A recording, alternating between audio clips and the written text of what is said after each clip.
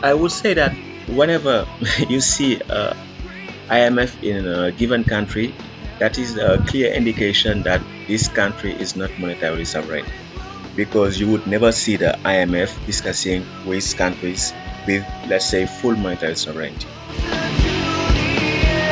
The MMT lens allows us to think about the root causes and think about solutions that target those root causes as opposed to temporary band-aid solutions.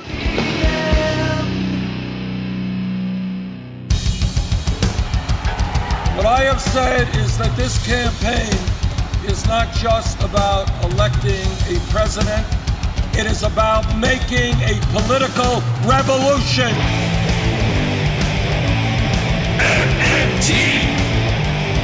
Taking money from our children and borrowing from China.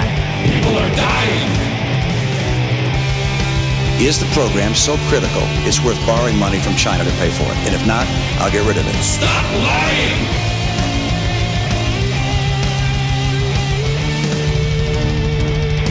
I want the truth!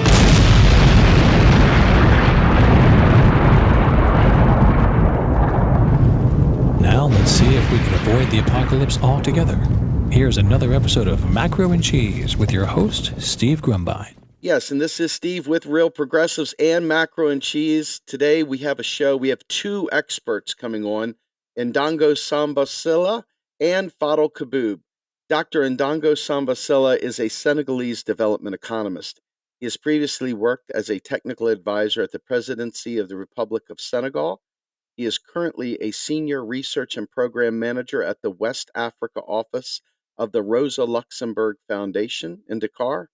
He has been a four-time world champion of French-speaking Scrabble. His publications cover topics such as fair trade, labor markets in developing countries, social movements, democratic theory, economic and monetary sovereignty, and he tweets at NSSYLLA. And Dr. Fadhel Kaboub is an associate professor of economics at Denison and president of the Global Institute for Sustainable Prosperity. Before settling at Denison in 2008, he taught at Simon's Rock College of Bard and Drew University, where he also directed the Wall Street Semester program in New York City. He held research affiliations with the Levy Economics Institute, the Economic Research Forum, the John F. Kennedy School of Government at Harvard University, and the Center for Full Employment and Price Stability. He is an expert on modern monetary theory, the job guarantee, and the Green New Deal. He tweets at Fadhel Kaboub and GISP_tweets. With that, welcome everybody. Thank you so much for taking the time to join us at Macro and Cheese. Thank you for having us on the show. Thank you for your invitation. Oh, absolutely. All right, so first things first, we want to talk about developing nations, developing economies. Modern monetary theory is often critiqued for only being a U.S. phenomenon. They don't typically realize that modern monetary theory is a description that can satisfy the needs of the many, not just in the United States. Can we start off, first of all, with you, Ndongo, in explaining how this impacts your area of expertise and the area of the world that you live, and kind of give us a setting for how modern monetary theory could impact Senegal? Yeah, in fact, modern monetary theory, from my own perspective, has been helpful in understanding, let's say, the limitations of the currency we use in my country, named the CFA Franc, because the CFA Franc is common to 14 countries in Africa, West Africa and Central Africa. And it's a currency born during colonial times. And I am among the, let's say, the researchers and activists who want to get rid of this colonial currency. And modern monetary theory has been very helpful to that end. Why? Because the first thing is that modern monetary theory provides a genealogy of modern money. That is how modern money has been created. And if you look at the story of the CFA franc, for me, it's an interesting proof of the validity of the capitalist approach to money. For example, during colonial times, the colonial powers, they impose their currency to have access to the resources in the colonies. They did not need to use taxes to fund their spending, but they imposed taxes in order to generate a demand for their currency. And that means that the taxes were a strong element in creating the need for holding the colonial currency. And this is indicated by the story of the CFA franc. So that is one aspect of MMT which is helpful, really helpful to understand how the CFA franc, in what context it was born, and why the colonial power did not need the taxes, let's say, to spend. That is something interesting. The other thing is that modern monetary theory is also a macroeconomic theory. So it could be helpful in discussing, let's say, the shortcomings of monetary unions. Because in the capitalist perspective, you could not really separate, let's say, money from fiscal operations. And the CFA franc zones, we have exactly this separation between the monetary instrument and the fiscal instrument.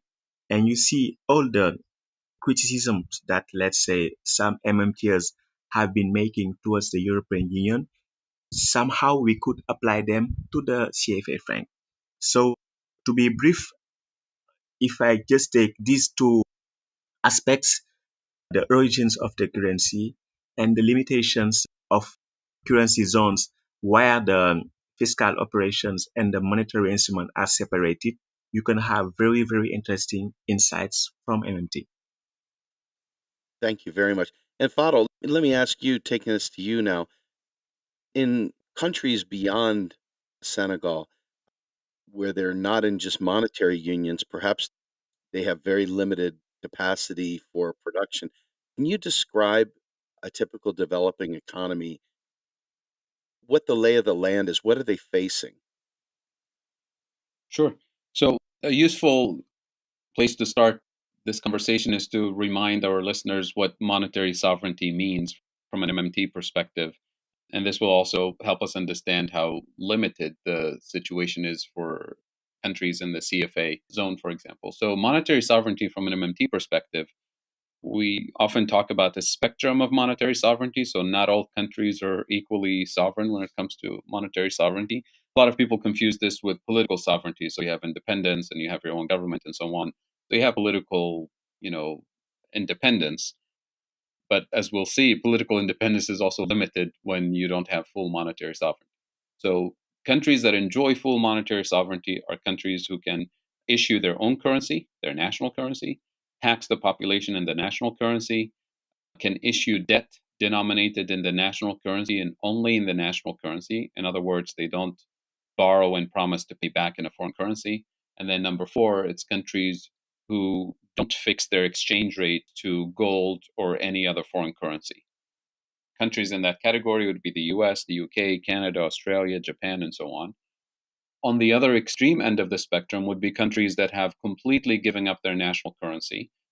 You can think of Ecuador and El Salvador, countries that dollarized. You can also think of countries that joined a currency union and have completely given up their monetary sovereignty for a variety of reasons. Obviously, the CFA zone countries didn't, choose that. It was imposed during colonial times and persists to this day. You can also think of the Eurozone countries who opted to give up their monetary sovereignty and join the Eurozone. So we can talk about those countries. But most developing countries are kind of in between on that spectrum of monetary sovereignty. And the reason for this is because it's a combination of two factors. One is, large amount of external debt denominated in foreign currencies, combined with fixed exchange rates that many countries, developing countries, use. If it's not exactly fixed, it's really managed around a particular boundary. So You can think of it as quasi-fixed exchange rate. And the reason why countries end up in that situation, as you alluded to earlier, is because of some real structural economic deficiencies that they have. And to think of these deficiencies, you can put them in three major categories. One is a large amount of food imports. So we're thinking here in terms of a lack of food sovereignty in a way. The second deficiency is a huge amount of energy imports, oil in particular, fossil fuels. So you can think of it in terms of lack of energy sovereignty. And then the third component is much more structural in terms of the industrialization process that most developing countries have undertaken, which is a mismatch between the value added content of their exports and the value added content of their imports. So, most developing countries, you notice, will import high value added content, machinery, and advanced technology and components, parts that will be assembled in a production process. And they export low value added content. So, think of an assembly line type of industrialization. So, because of these three weaknesses, you end up with large trade deficits, and you end up with a situation where there's downward pressure on the exchange rate of those developing countries. And if they allow the exchange rate to depreciate, and they're so dependent on food imports, energy imports, and medical equipment imports, and so on, a devalued currency means everything you import after that will be more expensive in real terms, which means those countries will be importing inflation. And when you're talking about sensitive areas of the economy like food and energy and medical resources, that can immediately turn into social unrest and political unrest. We sort of see this as we speak in Lebanon and Chile and other parts of the world. And this is not the first time, obviously. We've seen this over the decades with food riots in many parts of the developing world, especially in the 1980s during the developing countries' debt crisis. So these are really the major weaknesses. And the MMT lens allows us to think about the root causes and think about solutions that target those root causes as opposed to temporary band-aid solutions.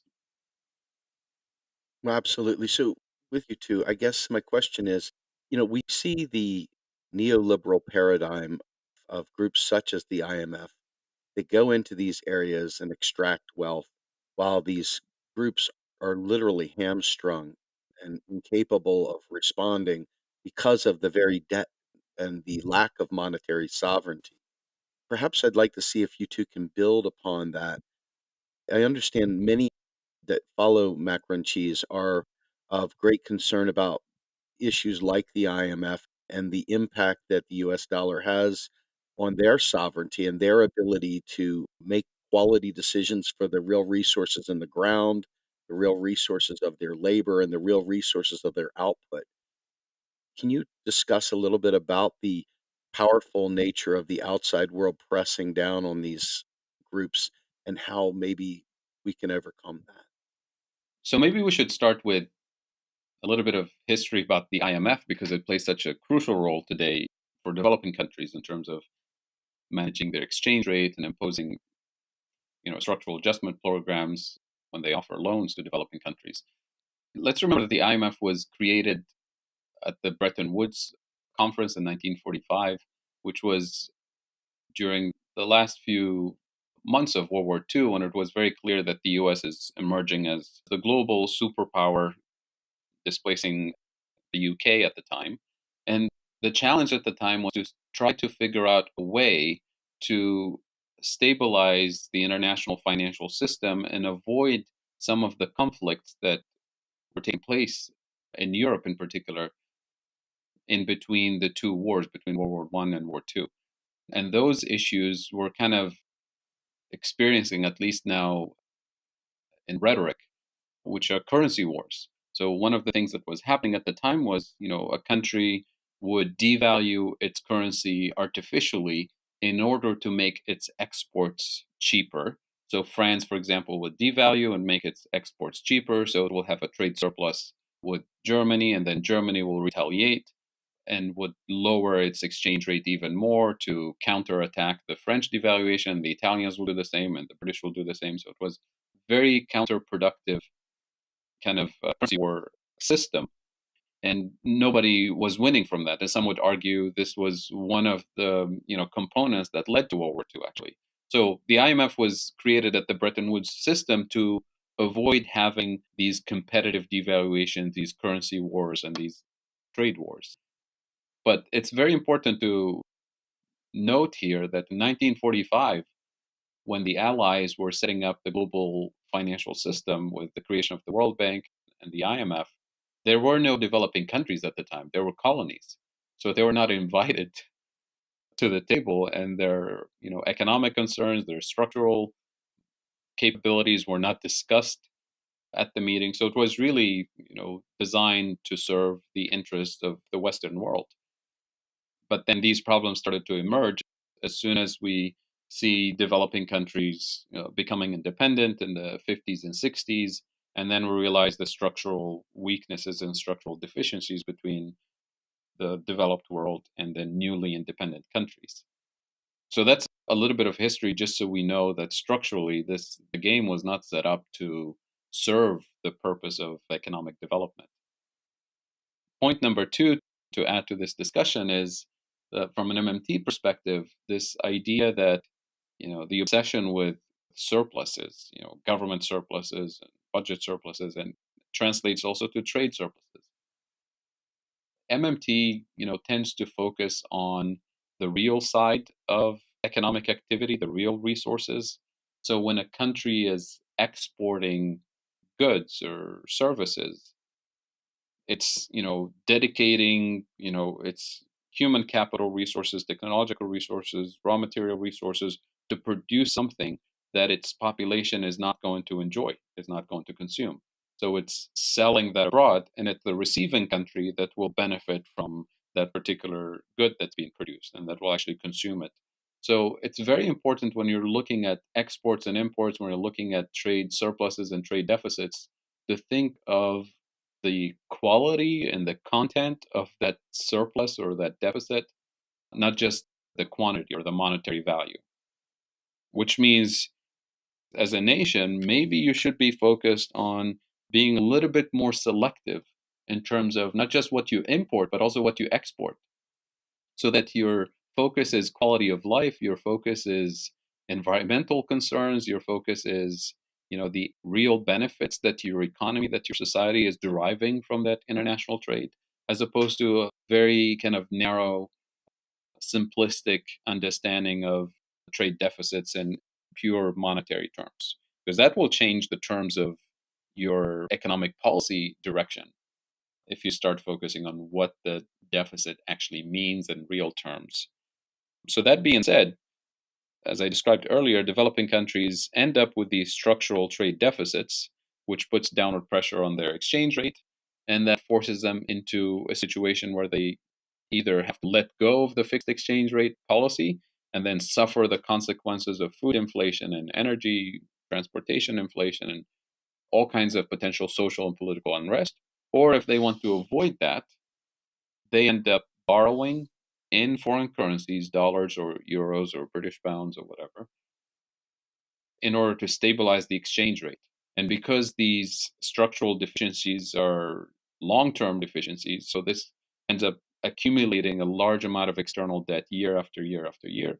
And that external debt comes either from investors, private investors, or from international financial institutions like the IMF. And borrowing in foreign currencies is limited by the willingness of the lenders to lend you more. And when you reach a certain level of external debt, that raises the risk of default. So the interest on your debt will start to rise. And at some point, you will not find any investors willing to buy your debt, which means you can lose control over the exchange rate, which means you're a few days away from riots on the streets. And that's typically where you find countries ending up with going to the IMF and asking for financial assistance to stop the political or social unrest and the economic crisis. And those loans come with conditionalities. And the conditionalities basically are focused on getting that particular country to generate more dollar revenues to pay its debt, its external debt. And those policy prescriptions can be summarized probably in 5 points, 5 general points. One is, try to export more, to accelerate your exports. So do whatever it takes domestically to encourage exports. So give, special treatment to companies that export, weaken labor unions, weaken labor laws, weaken environmental laws to allow export-oriented industries to, quote unquote, thrive at the expense of workers and the environment. Number two, foreign direct investment. So attracting foreign companies to relocate, say, from the US or the UK or other places to a developing country. And, typically in order to do that, you end up building the infrastructure for them, building the so-called FTZs, free trade zones, which requires some legal adjustment typically that allows those areas, free trade zones, to be kind of a country of their own in terms of labor laws, environmental laws. So the country builds that infrastructure, typically subsidizes electricity production and water resources for the industries that will relocate there. In many cases, labor laws are weakened, environmental laws are weakened. Tax exemptions are also offered. A lot of benefits are given to companies to relocate there. And you have to realize that there's dozens of developing countries trying to do this at the same time. So this is what we call the race to the bottom, where you're offering these foreign companies so many advantages just to get them to relocate to your country. And the problem with this, when you're racing to the bottom with lower wages and lower standards, you end up attracting the lowest value added content assembly line type of investment, as opposed to the higher end advanced technologies the developed world typically attracts. So, foreign direct investment doesn't really work.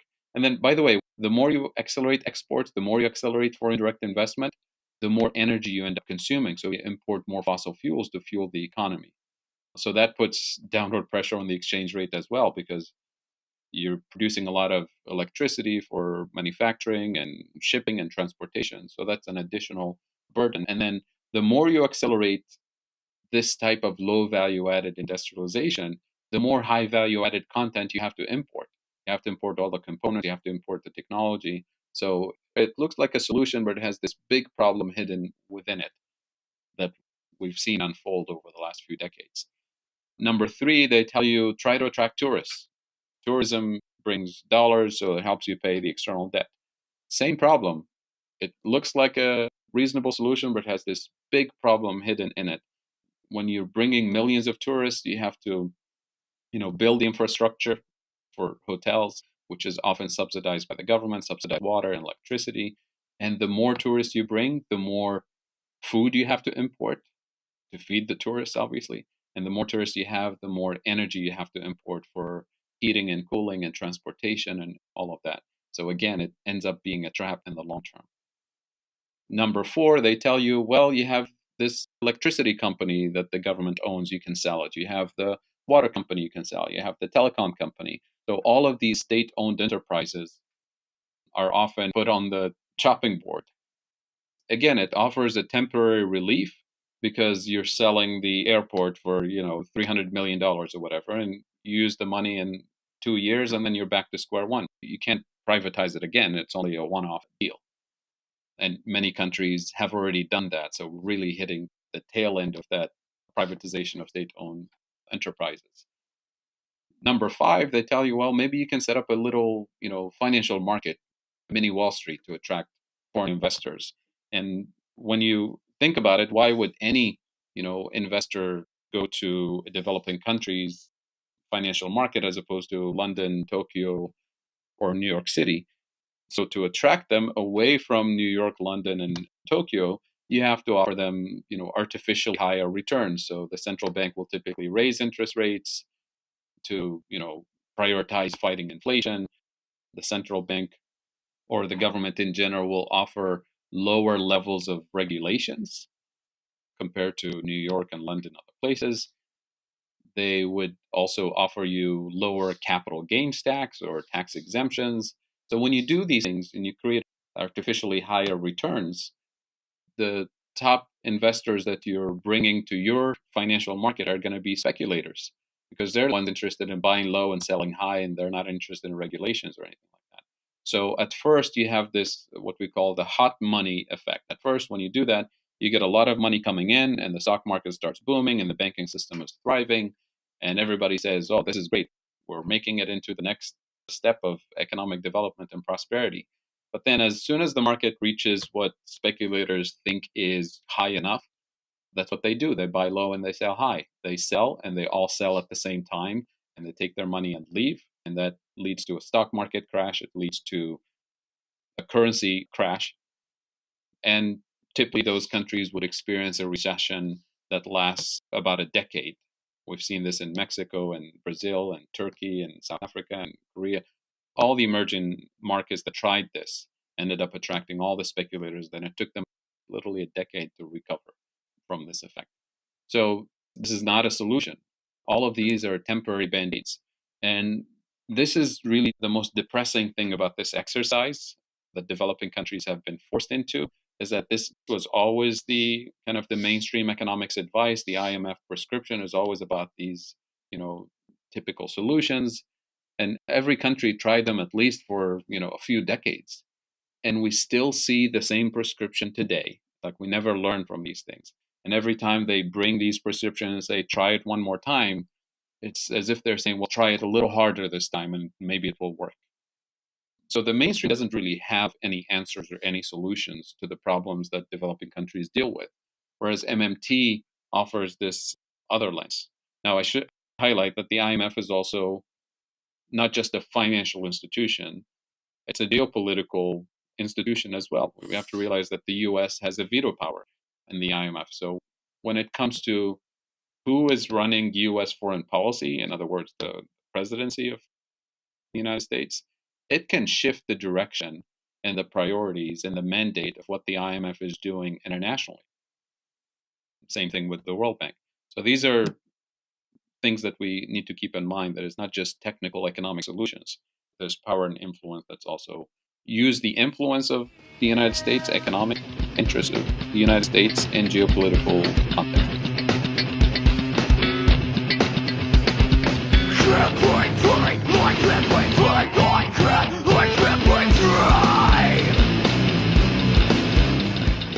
You are listening to Macro and Cheese, a podcast brought to you by Real Progressives, a nonprofit organization dedicated to teaching the masses about MMT, or modern monetary theory. Please help our efforts and become a monthly donor at PayPal or Patreon. Like and follow our pages on Facebook and YouTube, and follow us on Periscope, Twitter, and Instagram.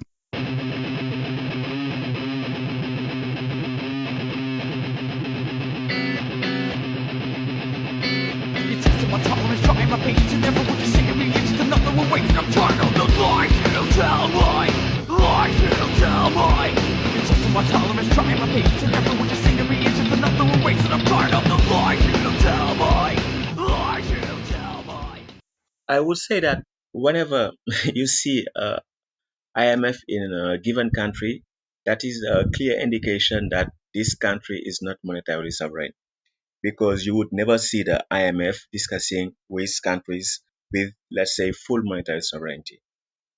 Because in the global south, the IMF is always present when countries have difficulties regarding their external payments. So the IMF is there to tell them, we'll provide you loans, but you'll have to pay those loans provided that you obey to some standard prescriptions like those well described by Fadhel.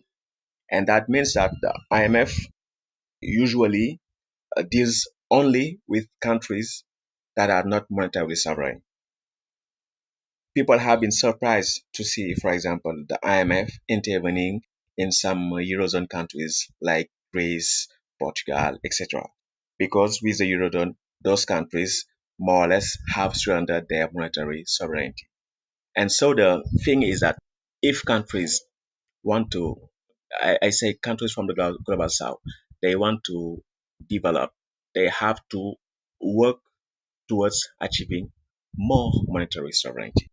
And that means, as Fadel said, that they have to solve more or less their external problem because those countries they are obliged to be indebted in foreign currencies. Why? Because they have trade deficits generally. If they don't have trade deficits, their trade balance is generally very volatile because they are only exporting commodity products. And the prices of those commodity products are very volatile. And that means that whenever there are good prices for their commodities, the trade balance is in surplus. Wherever the prices of the commodities are low, they have huge, let's say, external payments problems, and the IMF comes in. And there's also the fact that as those countries are not really sovereign on their own resources, I mean, for example, their lands, their natural resources, oil, gas, diamond, etc., it's often, let's say, powerful multinational corporations which are, let's say, exploiting those resources. And as a result of this exploitation, they are sending abroad huge amounts of money. And when we take those profit repatriations and the interest payment of debt, you see that those countries could not, let's say, cope with this foreign external constraint because they have to have the foreign currency to allow those profit repatriations and also the payment of the interest on debt. And the IMF is generally there to say that we're going to make sure that you will pay the interest on debt and we will make sure that those who want to repatriate their profits will have the adequate, let's say, foreign exchange reserves. And that's the role of the IMF. And that means that the type of challenge we have in the, let's say, Africa and other parts of the global south are not really in the monetary sector, but rather in the real sector. That means our countries have to have, let's say, more sovereignty on the management of their resources. For example, in Africa, we have lands, we have manpower, we have also ancestral knowledge about how to develop agriculture in ecological friendly way. But yeah, currently people are still in the old colonial system. That means that you will specialize on, let's say, agricultural products, which will give you foreign exchange reserves, but not, for example, on agricultural products, which will help feed your own population. And for your own food, you will have to import it. To import that food with the money coming from the exports of the product of the commodity products so on. And that means that there is a pattern of economic specialization which we have to transform, and that is the point. But with the IMF, the World Bank, they are not interested into that.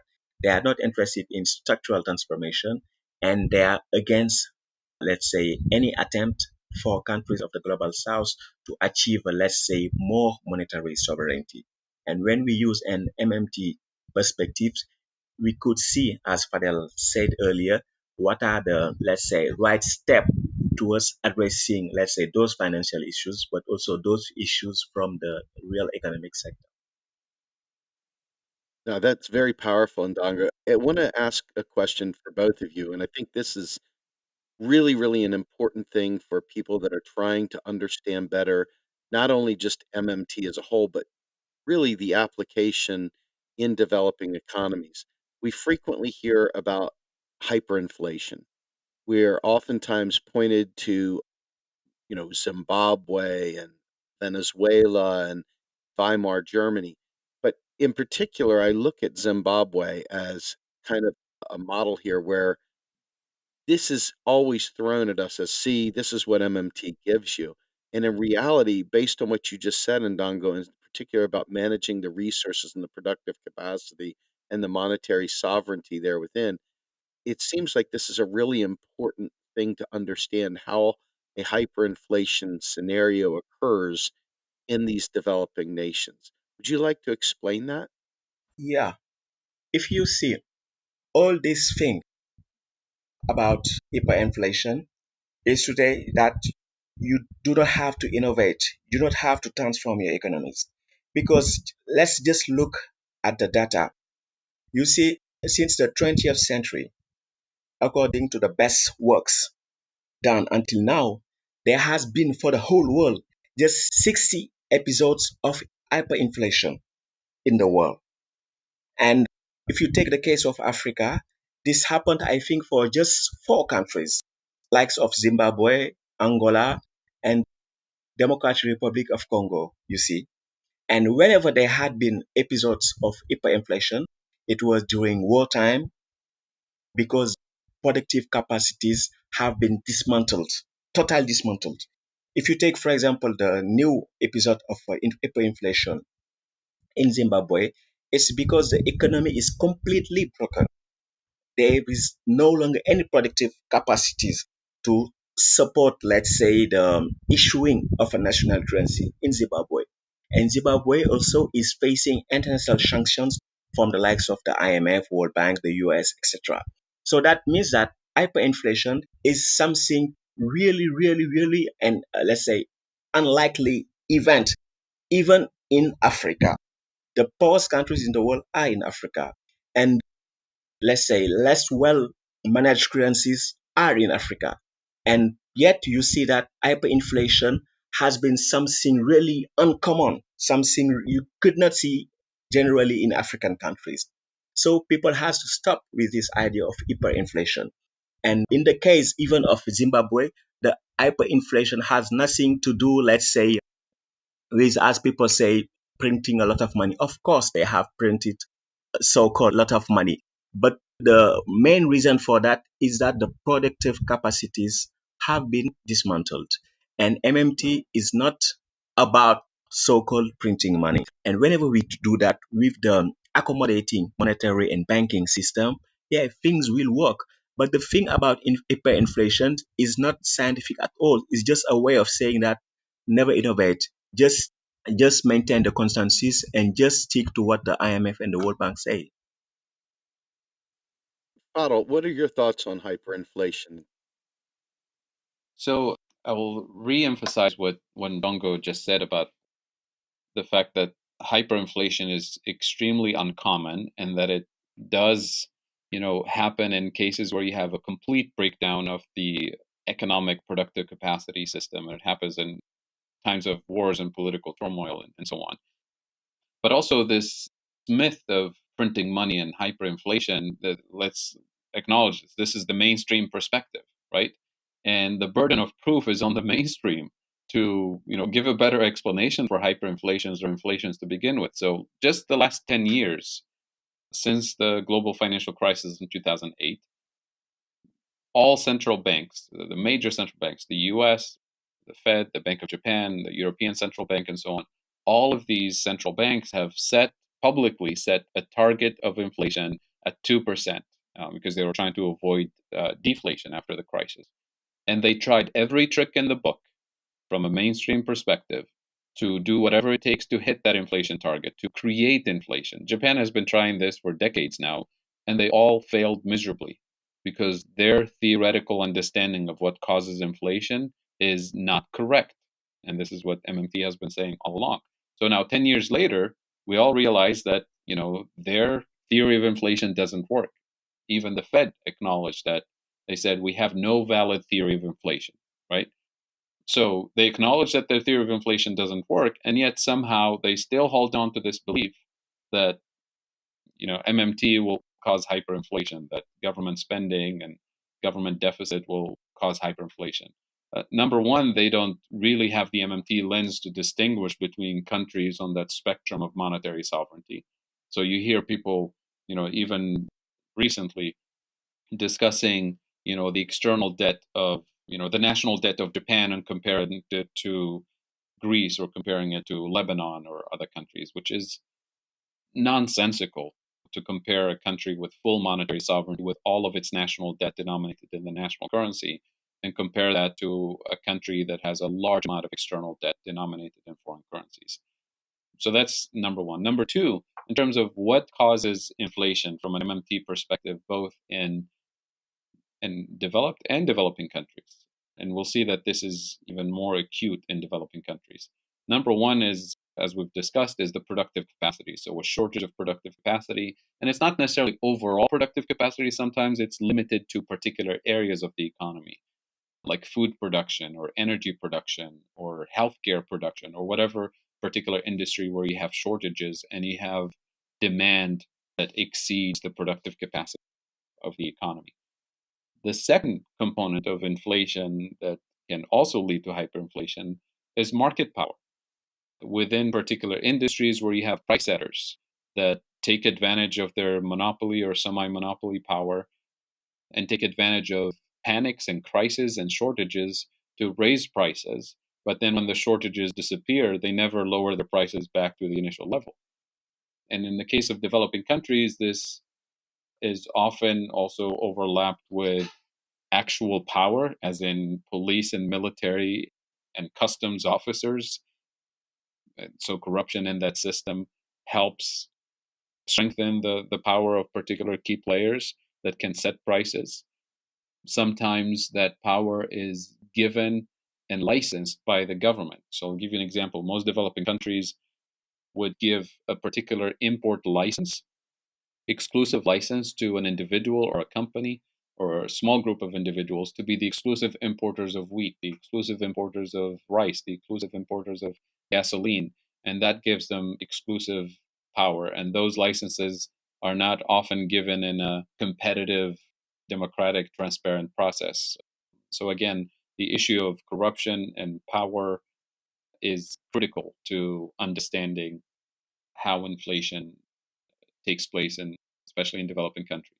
So, from an MMT perspective, if we're trying to deal with the inflationary problem at the source, number one, you increase the productive capacity as much as possible. So, you invest in developing that productive capacity. You use your physical resources in the most effective way to maximize productive capacity. Number two, and this is also an important feature of the MMT framework, use taxation and regulation not to raise revenues for the government, because raising revenues doesn't solve the inflationary problem per se, but use taxation to reduce the power and influence of particular individuals within the country that causes that inflationary pressure. And regulation includes, more transparency, includes fighting corruption. In other words, you weaken the market power, the price setting capability of key players that need to be identified. And the problem with this policy is that you really have to have a government that has a clear vision, that's not corrupt, and that's willing to take on the big power players. In some cases, this leads to direct confrontation with key players because in some countries, this involves trafficking across borders. So there's a national security element to it, and that's why frequently you find police and military and customs officers involved in the trafficking process and the price setting process and the inflationary process. And the more of the shortages and panic you have, especially about food and gasoline and medicine, the more influence they have in the process. I totally agree with what Fadel just said. I would even be bold enough to say that hyperinflation is never a monetary phenomenon. I would say that every time you have hyperinflation, it's a geopolitical phenomenon because countries which ordinarily experience hyperinflation are countries which the world let down. That means countries being in war situation or countries facing, let's say, sanctions, economic sanctions, etc. So for me, the connection even between inflation and hyperinflation is not something automatic because you see that even in the literature that the factors explaining inflation are not the same factors which could explain hyperinflation. Those are two different phenomena, yeah, inflation and hyperinflation. And whenever you have hyperinflation, it's something of a geopolitical nature. And monetary aspect, so-called printing money, for me is the most superficial aspect of the phenomenon. Fantastic. Great explanation, Ndongo. You two are both involved in something that I'm really excited about, and I want to give you all an opportunity to talk about that. And this is Monetary Sovereignty Africa conference that you all will be putting on here shortly. And what I'd like to do, I believe it's the 6th, 7th, 8th, and 9th of November in Tunisia. Can you all talk a little bit about how this came to be and give the particulars of it? Yeah, let's say that through this conference, we want to participate to the global discussion on, let's say, monetary issues and special topic of monetary sovereignty. Because we see that in Africa there have been some, let's say, during the last 4 or 5 years, some movements, social movements, asking for the abolition of the CFA franc, the so-called colonial currency circulating in 14 African countries. Yeah. At the same time, we have seen that there are countries in North Africa like Tunisia who which have their own currency, but they more or less face some forms of external instability because yeah, their currencies are depreciating despite the fact that they have formal political monetary sovereignty. In the eurozone, we have seen also there have been strong discussions about monetary sovereignty in, let's say, the peripheral countries like Italy, Portugal, Greece, because we see that the Eurozone was not designed for such countries, and there are inside those peripheral countries movements saying that they have to break up with the Eurozone to achieve more monetary sovereignty. And in the US, we have, of course, see achievements made by the monetary theory movement and also its growing political resonance, etc.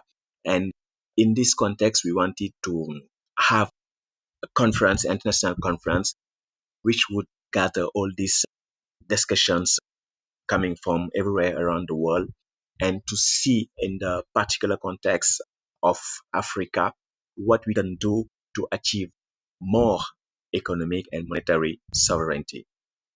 And this conference will gather, let's say, people from MMT, let's say, using MMT perspective. There will be other kind of post-Keynesians, Marxists, political sciences, historians, etc.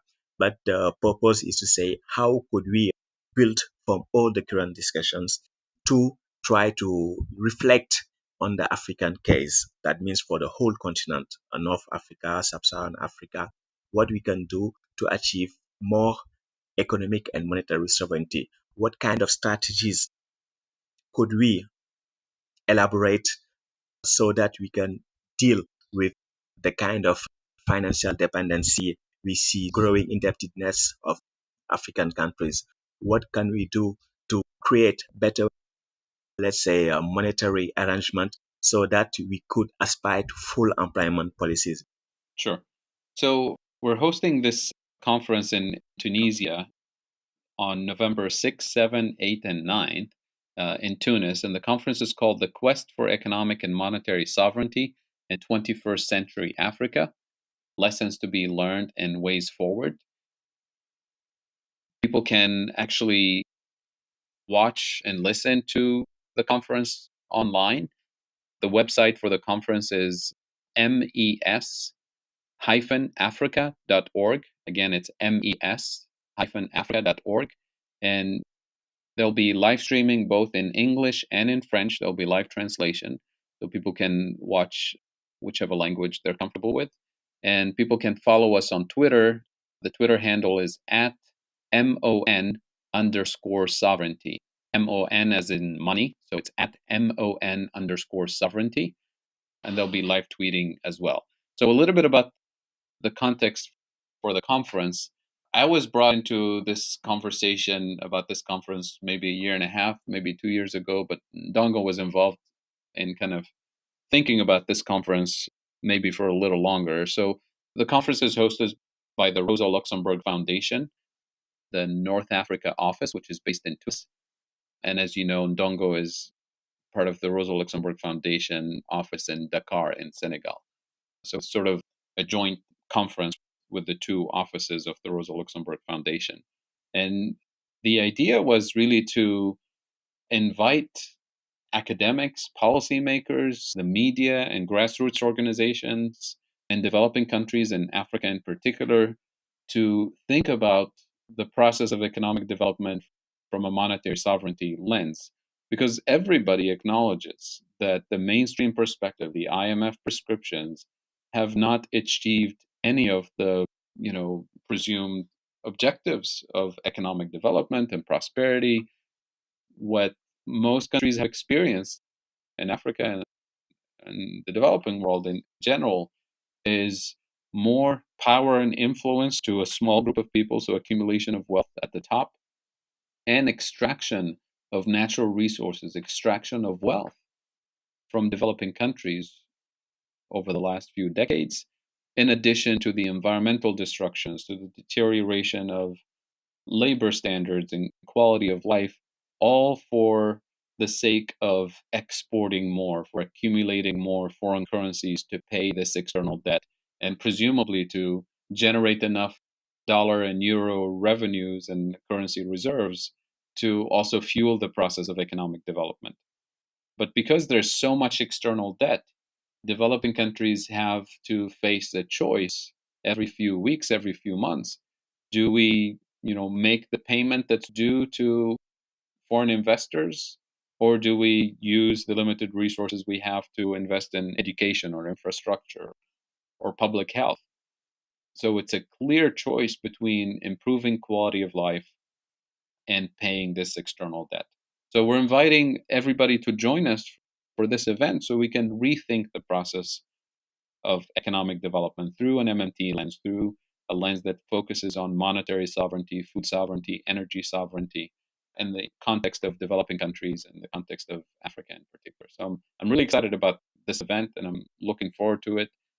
As I said, we'll be live tweeting and live streaming, and the hashtag for the conference is hashtag African Monetary Sovereignty, November 6, 7, 8, and 9 in Tunis. And again, the website for the conference where the live streaming will be and all the links will be there, mes-africa.org. So I just wanted to thank all my colleagues who were involved in this planning process for this conference in Tunisia. So the team of co-organizers, the biggest credit goes to my colleague Mahab and Getha and Ines Mahmoud, both from the Tunis office for the Rosa Luxemburg Foundation, Ndongo Samba, obviously from the Rosa Luxemburg Foundation in Dakar, and our colleague Kai Kodenbrook from Germany, who's also on the organizing committee. Very good. Thank you so much. And with that, I want to thank both you and Ndongo for a wonderful interview. Thank you so much, and good luck at the conference. Thank you. Thank you.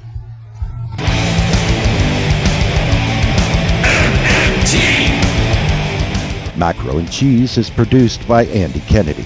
Descriptive writing by Virginia Cox and promotional artwork by Mindy Donham. Macro and Cheese is publicly funded by our Real Progressive Patreon account. If you would like to donate to Macro and Cheese, please visit patreon.com/realprogressives. I want the truth.